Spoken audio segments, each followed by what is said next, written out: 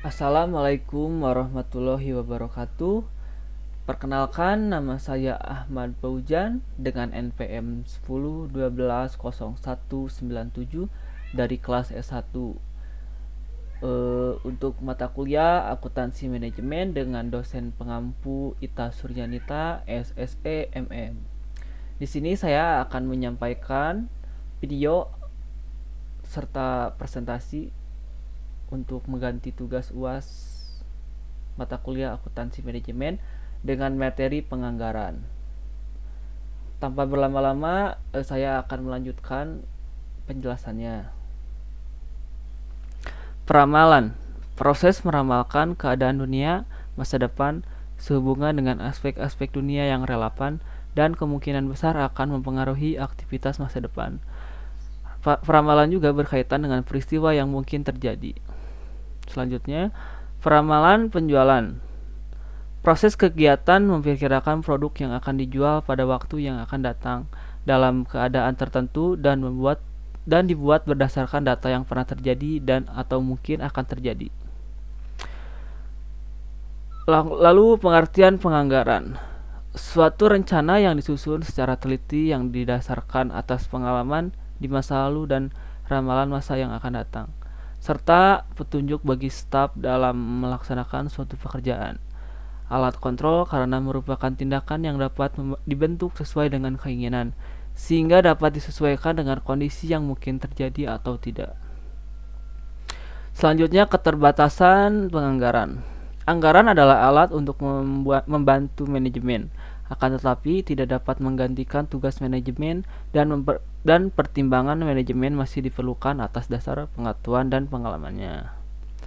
Anggaran dapat dipakai sebagai alat manajemen hanya apabila semua pihak terutama manajer perusahaan secara terus-menerus dan terkoordinasi berusaha dan bertanggung jawab atas tercapainya tujuan yang telah ditentukan di dalam anggaran.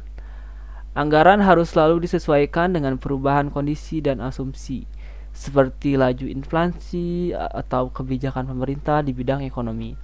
Anggaran didasarkan pada proyeksi atas kegiatan yang akan datang, sangat tergantung pada pengalaman dan kemampuan dari estimator. Di sini jenis-jenis penganggaran. Yang pertama, berdasarkan isi anggaran, anggaran laba rugi dan anggaran neraca. Yang kedua, berdasarkan jangka waktu, contohnya anggaran strategis dan anggaran taktis. Ketiga, ada berdasarkan segi kelengkapan, contohnya anggaran komprehensif dan parsial.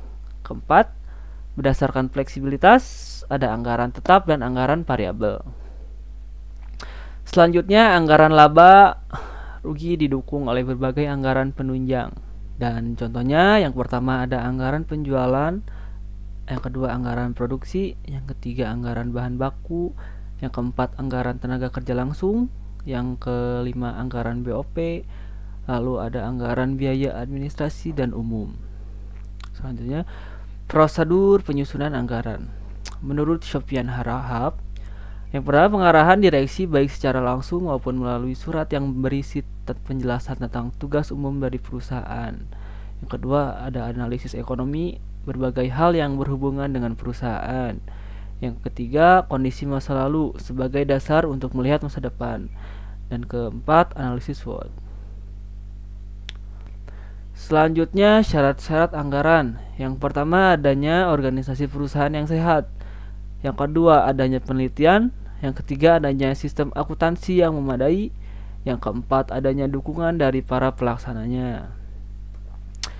Anggaran produksi.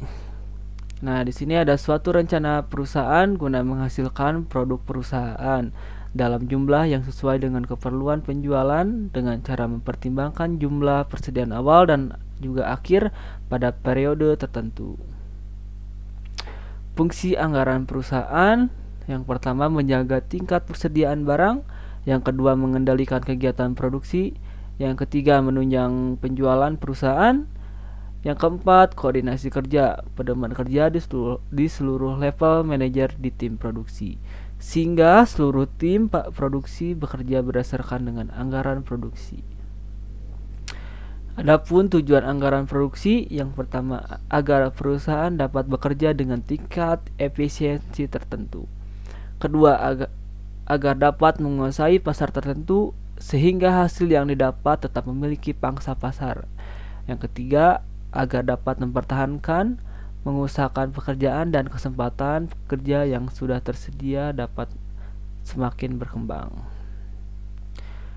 Lalu metode penyusunan anggaran produksi tersendiri, yang pertama metode produk stabil, yang kedua metode persediaan stabil, yang ketiga metode kombinasi ataupun fleksibel.